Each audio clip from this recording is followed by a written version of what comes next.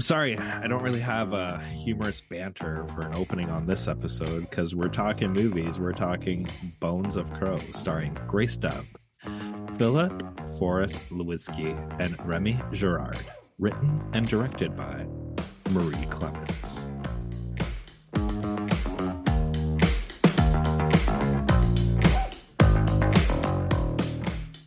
Hey, everybody, and welcome to this week's episode of How'd You Like That Movie? Like Scott, I did not have any notable quotables for this. This is a pretty heavy film. Basically, we're going to be talking about Bones of Crow, that has everything to do with residential schools and the devastating effect it has had on the Indigenous population here in Canada. Let's just get into the show. Scott, why don't you take us away? Yeah, I like to piggyback what you're saying. Here's the thing, like some movies just leave you in a state, right?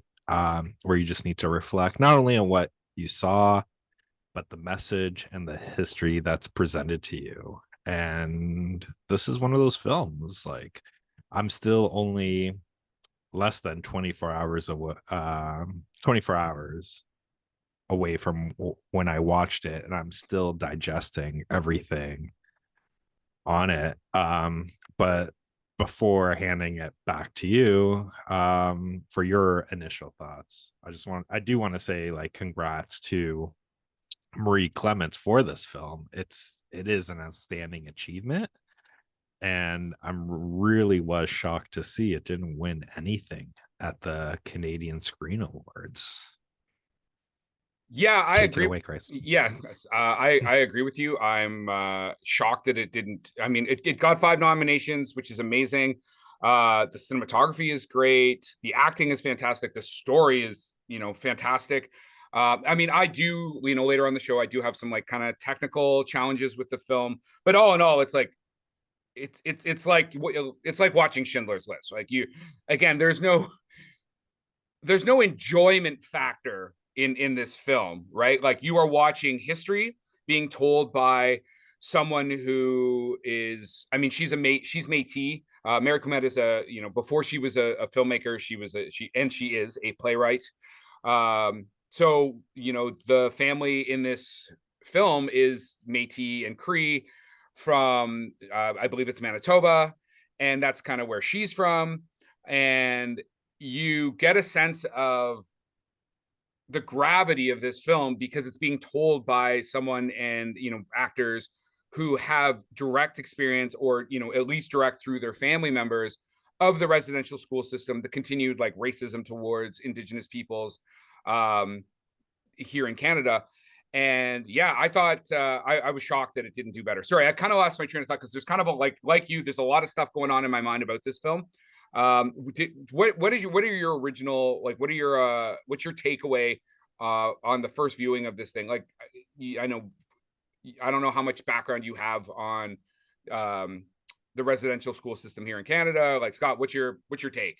Yeah, like this, like going into it, and it is,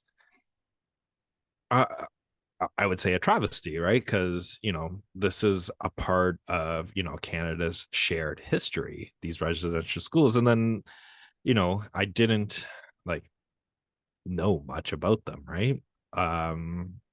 Which is shocking, because especially when you have like that text piece at the end, finding out that, apparently they were closed in 1996.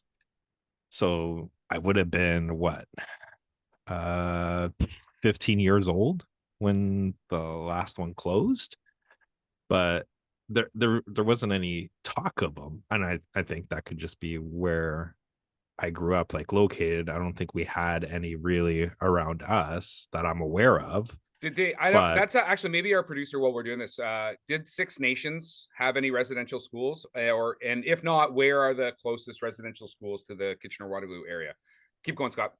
Yeah, so, well, watching this and then doing some research on it after watching it, like finding out that those 215 unmarked grave sites were literally in the Kamloops Kamloops Indian residential school. Like, they found those graves a week before they started producing, like production started on this film, and they were shooting at that res school. So they're literally watching these, like while filming, watching these bodies get exhumed, right? Which, you know, is fucking devastating. Like I could not imagine not only working on it, but like being in that situation where, it I think it just makes the um what's the word I'm looking for? Just giving them more resolve to make sure this film gets made and out in the screen. So, more imbeciles like myself, can be aware of this history that, Canada has. Yeah, you're shooting a film about the murder of your people, essentially in a gravesite that's being exhumed of the murder of your people. Like, yeah, and I mean, I wouldn't say that like you're an imbecile for not knowing this stuff. We have done a very poor job in our educational system talking about anything that had to, well, and maybe now, like I said, obviously I'm not in high school anymore. Yeah, but I don't remember a whole lot of time spent on really just the relationship between the government of Canada and Indigenous people. It's sort of like we showed up, they were happy to see us. We fought in some wars together against the Americans. Then we fought in some wars against, the Germans or the Japanese. Everything's great, and here we are today. Like that. That was basically the history that we were taught in this film. And I do want to correct myself. She is Mary Clement is Métis, but she's actually from British Columbia. And the reason I got that confused is because there's like probably the biggest Métis population is in Manitoba. If you want, obviously, like the most famous Métis person that we probably know here in Canada is Louis Riel and the Red River Rebellion. So this movie is heartbreaking, like heartbreaking. I did find the time shifting non-linear format a bit confusing at time, but it does still work, like the effect of like how their trauma, like using flashbacks to show how their trauma is still with them now, and then actually cutting back to that time period and showing parallels between when her sister is in jail, and then showing how that jail is very much like the residential school system. When her husband is liberating a concentration camp in Nazi Germany, and he's seeing how it's exactly like how he was treated in residential school. I thought that was very much used to good effect. The acting is fantastic. Like all the actors did an amazing job. Grace Dove, who plays the protagonist, Ali Spears. She was also, so she's okay, so the indigenous term for their tribe is nation is Secwepemc, but the English translation is the Shuswap people. She's from British Columbia as well. She was also in Monkey Beach. I believe it was last year we did an episode on that film. She's also in The Reverend, and she is currently on the TV show Alaska Daily. She did a great job. Amazing actor, like super powerful performance. She actually reminds me, we just did Ellie Maya Tailfeather's film, The Body Remembers When the World Broke Open. She actually reminds me very much of her in an acting style. Yeah, I don't know if you would agree with that, Scott. Sorry, I lost train there. So you're saying that Grace reminds you of Ellie as an acting style? Yes, as an actor. Okay. Yes. Sorry, Okay. I was kind of rambling on there.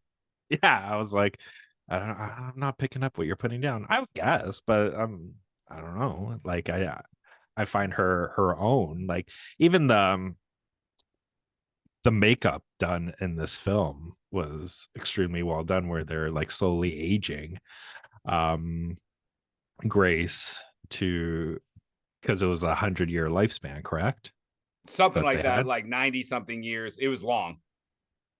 But yeah, so but I know what you mean. Like this, yeah, like it's a devastating film, like, and there's no redeeming qualities for it, like in terms of the one music teacher priest that you think at the very least, is saving her is technically, spoilers, like you find out he's technically saving her for himself when she gets older, Yeah. right? And that's just devastating. You're like, well, at least, there's one good one, right? But then you're like, fuck no, there's not. There's not one fucking good one. Well, and the fact that he was able to rise so high in the Catholic Church as well, right? Like he ends up Well, being, I believe, the Vatican treasurer or something. yeah, let's not get into Roman Catholic politics here and how you rise, because you know that's well, I am Roman Catholic, and um it is one of the problems I have with the religion is, All the raping of children. You, yes, that that that part. that part, but there are people of faith that like will defend these people, which I don't agree with at all, right? So that's the thing. That's why I don't want to get into the religion part of it, because it's fucking stupid. Like having what? It was just recently, right? That the Pope just apologized. Yeah, well, I think they kind of showed it, right? Like he like Well, that apologized. wasn't the Pope, because that was 2009, Yeah, yeah, right? yeah. But yes, you're right. I think you're right. There's like a more recent. I mean, I think your current Pope Mhm. has been a more apologetic. But when the ending of this film is the Pope being like, "Yeah, sorry, those guys they did bad, yada yada yada." And I don't want to spoil that part of the ending, but that turn in the car when the priest is like, yeah, I might have done those bad things to you, blah blah blah blah blah. That what happens in that car scene is awesome, and I thought that was so well done. I really don't want to spoil it because it was such an important scene, and I'm probably already giving away too much by making you know that there's something about that scene that's really special and really powerful. But I thought that was such a cool way to do that. You know what I mean? Yeah, like it was a good reveal and twist, I would say. But when you look at it, it's literally just and that's the thing, because you don't want to spoil it. I can't really talk about it, but I just like that it's, one protecting another, right? Yeah. And the cool thing about this story is it's not just like, you know, Indigenous person children get taken away the residential school and then their whole lives are bad after. Like I they did do a good job of showing how they like the residential school was awful, but they still seem to find some fortitude. And unfortunately, like especially her character, Allie Spears, she seems to have been able to like continue to just move forward and move forward and move forward. And like early on, you see like when their one brother dies when they're trying to escape, then the other brother is taken away from them, and then her sister has like the worst life. I shouldn't even say that. A different one, but she ends up in like prostitution and in jail and having her children taken away. And then the husband dies. I mean, obviously, this is all happening at different parts in the film, but like her Grace Stubbs character is able to just kind of keep plotting forward, and she's working for that rich asshole white lady who thinks so little of her, and then she's able to say like, yeah, and my son's like an artist and my daughter's going to be a lawyer. And it wasn't just like a one track. There's like how the residential school system has affected multi generations, how it affected this person specifically, and how even the people in her life that went through the exact same experience, how their results were different, right? Like there was no one way and one thing that happened. And it talks about like the physical abuse, sexual abuse, the emotional abuse. Like it's awful, man. And it doesn't hide from it, right? Like, Nope, absolutely not. right. I will say this, and it's not, and don't like, if you find it kind of like insensitive or whatever, I apologize. It's not what I mean.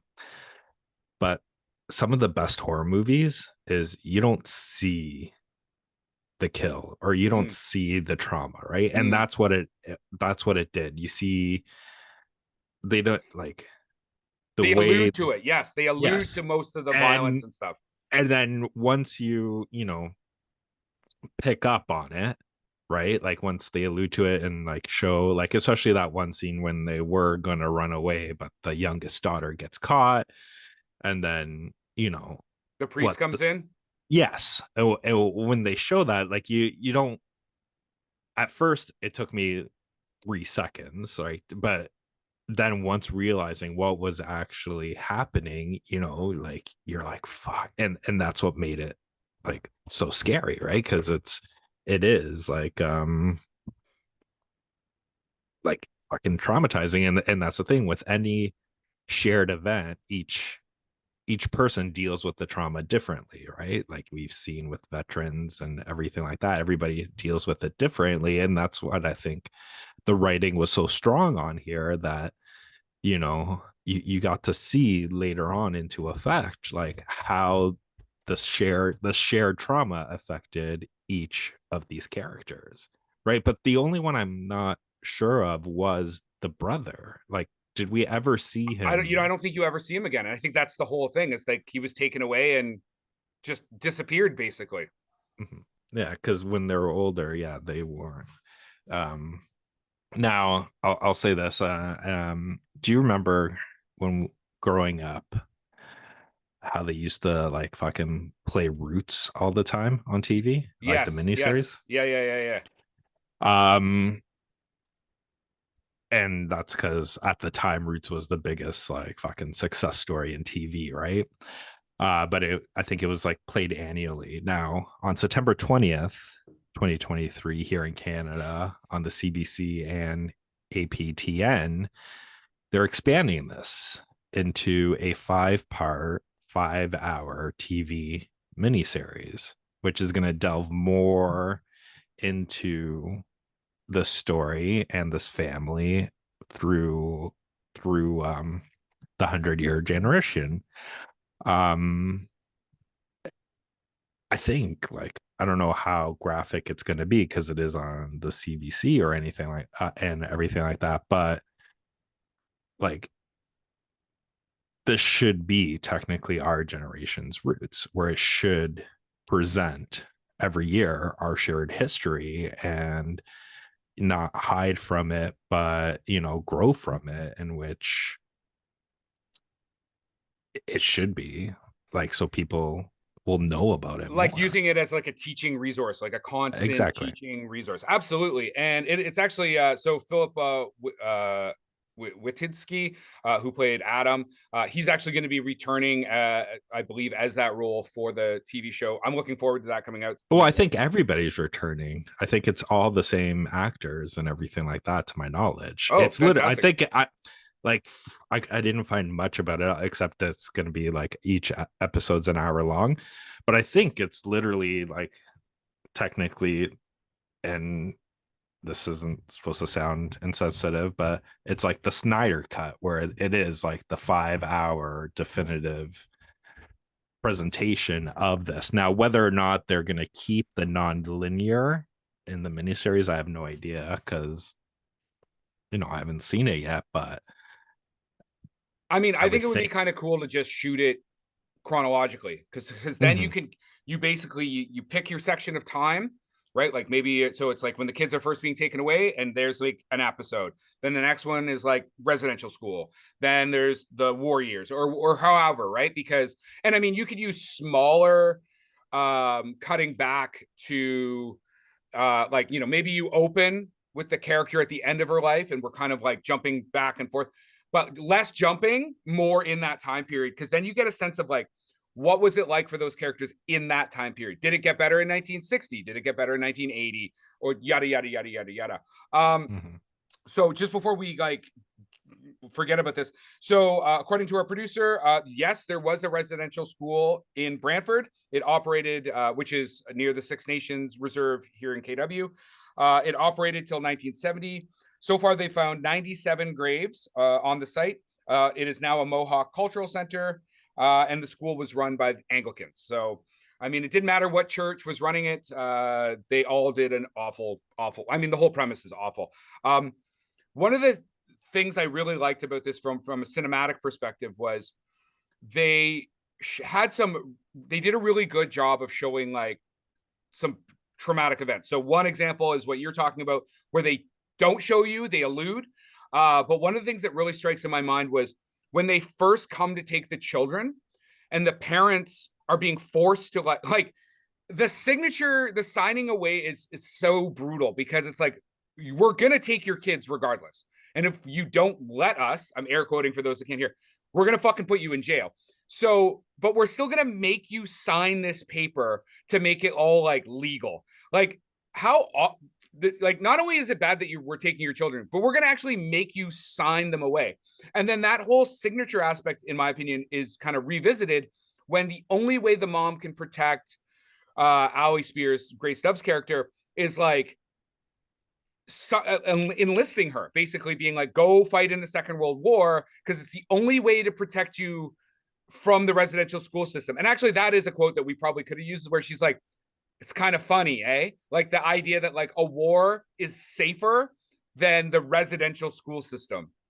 Yeah, but they alluded to it another time as well, and that was with the sister, where she stated like in the jail that, you know, for her to see her kids quicker, she had to sign the piece of paper with unknowingly letting like adopt, like signing their adoption paper so they could be adopted abroad without Yes. knowing what she was signing, right? Yeah. That's a very good point.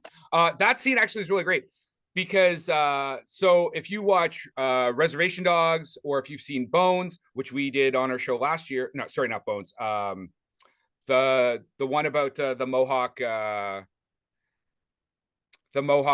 uprising last year. What was the film that we did there?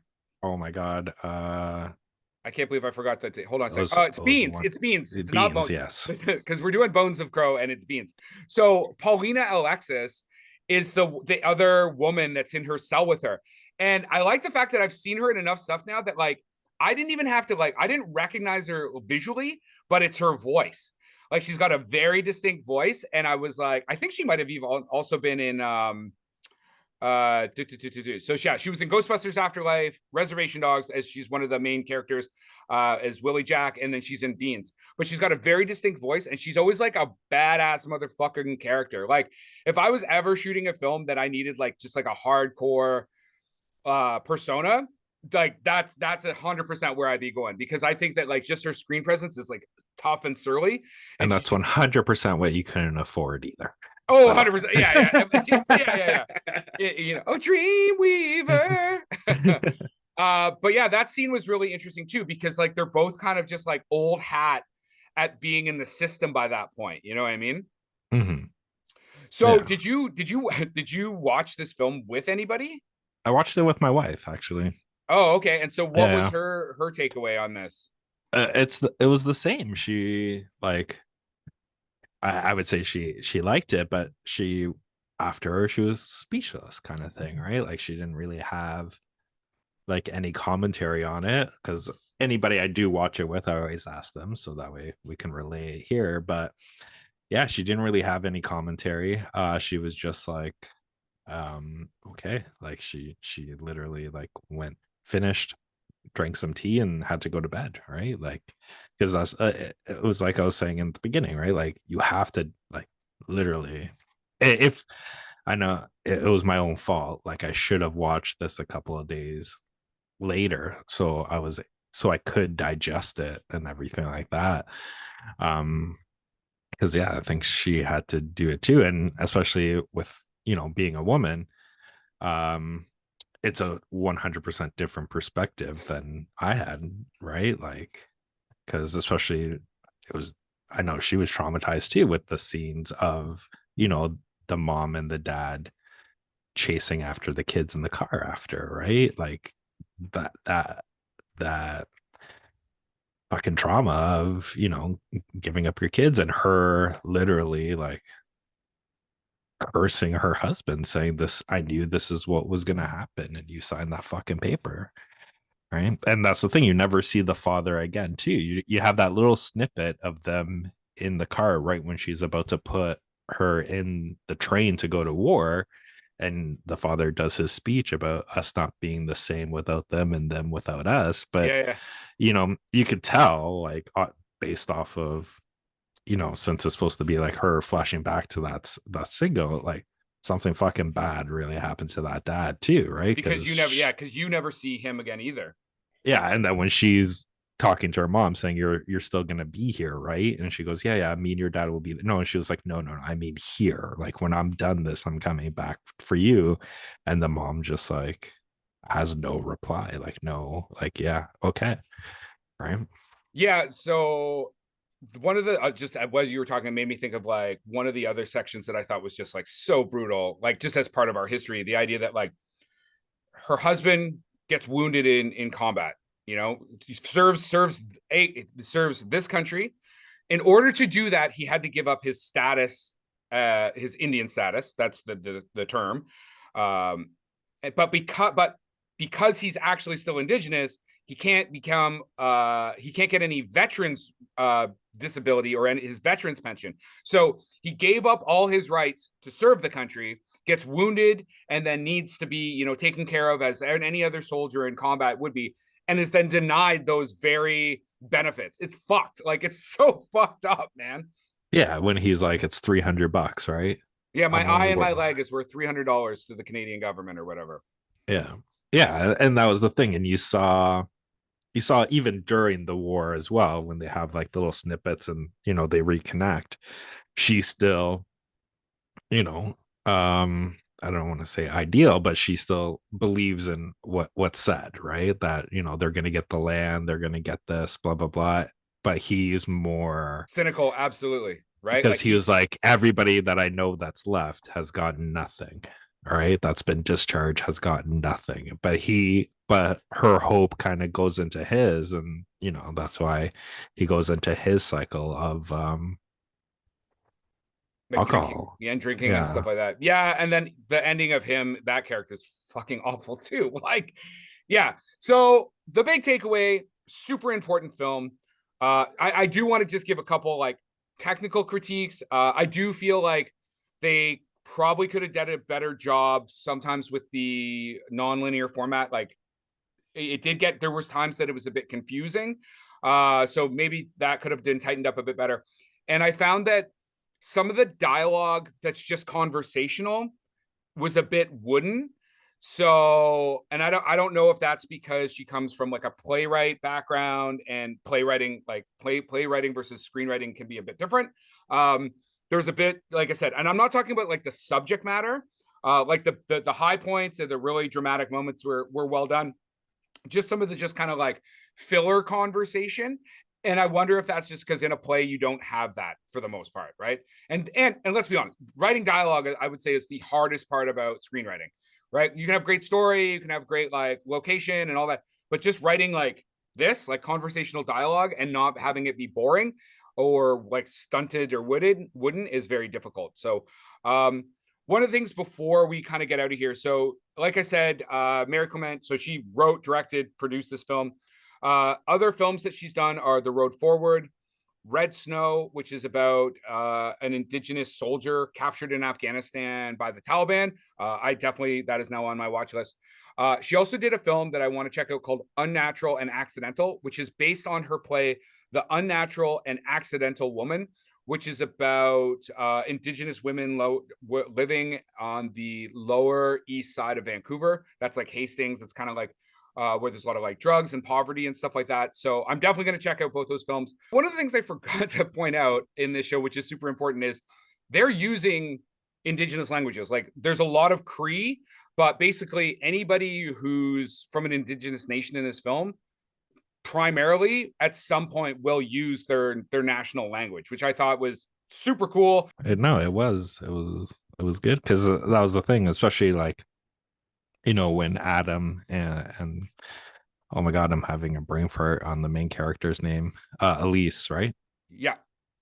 Yeah, when they're interacting and he's like, well, she's like, there is no goodbye in my language, and she says hers, and then he goes, there's no goodbye in mine either, and he says his, right? Like, it was pretty touching thing Yeah. And I to, mean, it's to a good way to these people are trying to salvage whatever's left of their culture. And so by basically putting it on celluloid, I mean, we don't actually put it on film anymore for the most part, but by getting it into the common usage, I mean, we saw it also in Night Raiders, lots of Cree used there. It allows them to rebuild and re-strengthen their language and bring it into the modern world and expose more people to it, right? And I think that's so it's very admirable that they're not only willing to do this, but they still have the ability to do so. I agree. I think that's a good ending point.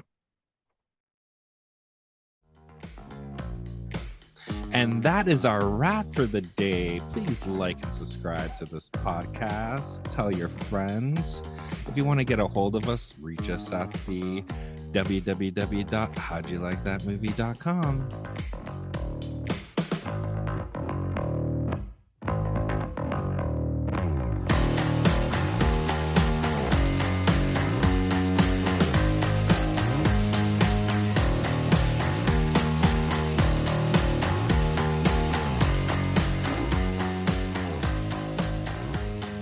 This was there's points you're watching, you're like, fuck. Really? Priest's gonna make a little girl suck his cock? Fuck? How did we let this happen? So. No, 100%, right? And that's the thing. Are you gonna do the miniseries? Are you gonna go 5 hours? Well, am I gonna watch it? Yeah. Yeah, of course I'm gonna watch it. I mean, we watch all kinds of what? Did you watch Game of Thrones? No. What I mean is, am I gonna watch it all as one shot? Probably not.